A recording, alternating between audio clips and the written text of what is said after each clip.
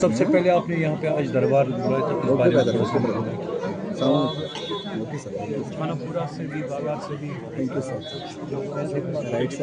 یہ گزارش کی تھی کہ یہاں پہ آ کے آفیسرس کو بلا کے یہاں کے لوکل کچھ مسائل ہیں جو پینڈنگ ہے ان کے حوالے سے بات کرے اور آفیسرس کو جو پینڈنگ مسائل کو حل کرے. اسی لیے آج جو طے پایا تھا یہاں کے ذمہ دار لوگ جمع کیا تھا اور انہیں کے کہنے پہ خود ان کی خدمت میں آیا تھا یہ سننے کے لیے کہ کون کون سے مسائل جو ہے لوکل ایشوز پینڈنگ ہے انہیں حوالے سے بات ہوئی اور امید ہے کہ یہ آفیسر جو ہے اس پہ ایکٹ کر کے ان ایشوز کو سالو کریں.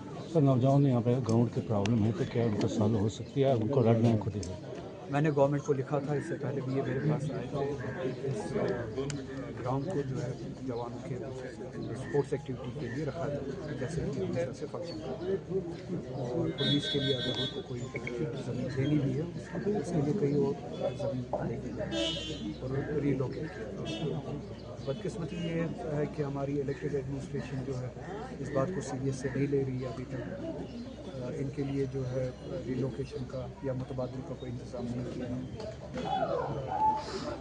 پولیس ایڈمنسٹریشن جو نام نہاد ایل جی کے ذریعے چل رہی ہے وہ ایڈمنسٹریشن تو لوگوں کو مجھے لگتا ہے اس حوالے سے تنگ کرنے کو جہاں پہ ایک اسپورٹس ایکٹیویٹی دہائیوں سے ہو رہی ہے اسپورٹس ایکٹیویٹی کے لیے زمین کو پلے گراؤنڈ کے لیے یوز کیا وہاں سے ہٹا کے پھر آپ لوگوں کو کیا متبادل اگر متبادل نہیں دے رہے آپ وہاں سے لوگوں کو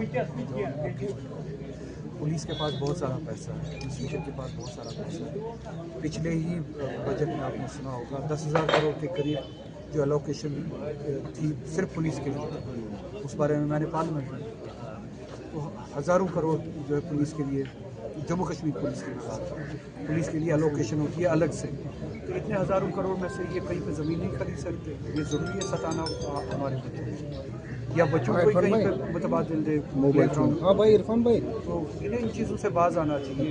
یہ کہتے ہیں کہ جو لوگ جو ہے وہ ایجیٹیٹ کرانے کے ریزن آپ ہیں ذمہ دار. تو میں آپ کے وساطت سے پولیس ایڈمنسٹریشن سے پھر سے یہ کہنا چاہوں گا گراؤنڈ کو جو ہے پلے گراؤنڈ کے حوالے سے ہی استعمال ہونے دیں اور پولیس کے لیے اگر آپ کو زمین کی ضرورت ہے آپ کے پاس پیسہ بہت ہے کہیں پہ اور جا کے آپ ریلوکیٹ کریں یا کہیں پہ انہی کو ریلوکیٹ کر کے زمین دیں جہاں پہ پلے گراؤنڈ اسٹیبلش کریں بچوں کو نہ سکیں. 1.5 سال ہو گیا ابھی ریزرویشن کا معاملہ ہے کیونکہ میں نے کل ہی اس بارے میں بات کی. راہل جی 370 اور اسٹیٹ ہوڈ کو لے کے گورنمنٹ بات ہی نہیں کر رہی ہے. گورنمنٹ کیا کو دکھ نہیں رہی ہے گراؤنڈ لیول پہ کوئی بات ہی نہیں کر رہا ہے اس کے ریلیٹڈ. میری ان کے ساتھ اور ان کی میرے ساتھ ان کی وہ تو اب مجھ سے نفرت ہی کرتے ہیں. میری ان کے ساتھ ڈفرینسز ہیں اسی بات پہ کہ انہوں نے 370 پہ جو ہمارا پرائمری اور پرنسپل پرومس ہے کہ ہم وہ لڑائی لڑیں گے. ہم میں سے کسی نے یہ نہیں کہا کہ آپ ہمیں ووٹ دیجیے اور دوسرے دن ہم 370 لے کے آئیں گے. ہم نے 2024 کے الیکشن میں اسمبلی الیکشن میں یہ وعدہ کیا لوگوں سے کہ ہم 370 کی واپسی ان پروٹیکشنز کی واپسی کی لڑائی لڑیں گے اور جو کنسٹیٹیوشنل پروٹیکشنز تھے اس ریاست میں ان کی واپسی کے لیے ہم انسٹیٹیوشنل لڑائی لڑیں گے.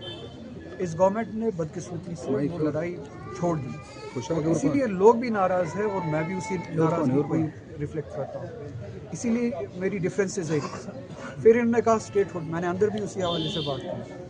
جموں کشمیر کے لوگوں نے اسٹیٹ ہوڈ کے لیے ووٹ نہیں دیا. اگر اسٹیٹ ہوڈ کے لیے ووٹ دینا ہوتا تو بی جے پی کو ووٹ دینا. جموں کشمیر کے لوگوں نے پروٹیکشنز کے ساتھ کنسٹیٹیوشنل گارنٹیز کے ساتھ ریسٹوریشن کے لیے ووٹ دیا. اسٹیٹ ہوڈ کے لیے بی جے پی نے بھی پھر الیکشن کیمپیننگ میں پرومس کیا تھا آن دا فلور آف پارلیمنٹ بھی پرومس کیا تھا. اگر لوگوں کو جموں کشمیر کے لوگوں کو اسٹیٹ ہوڈ کے لیے ووٹ دینا تھا تو بی جے پی کو ووٹ دیتا. اس آئیڈیا کو ریجیکٹ کیا لوگوں نے. پھر ہماری جماعت جنہوں نے 370 کے نام پہ پروٹیکشنز کے نام پہ ووٹ لیا پھر کہا کہ ہم اسٹیٹ ہوڈ کی لڑائی لڑیں گے. وہ بھی زیادتی تھی وہ بھی غلط تھا وہ بھی کمپرومائز تھا مینڈیٹ کے ساتھ. چلیے 2 منٹ کے لیے میں ان کا آرگیومنٹ مانتا ہوں وہ اچیویبل ہے اس کی لڑائی لڑیں. اب 2 سال ہونے کو ہے یہ گورنمنٹ اب وہ لڑائی بھی نہیں لڑ ان نے وہ بھی اب چھوڑ دیا. اب یہ کچھ وقت پہلے تک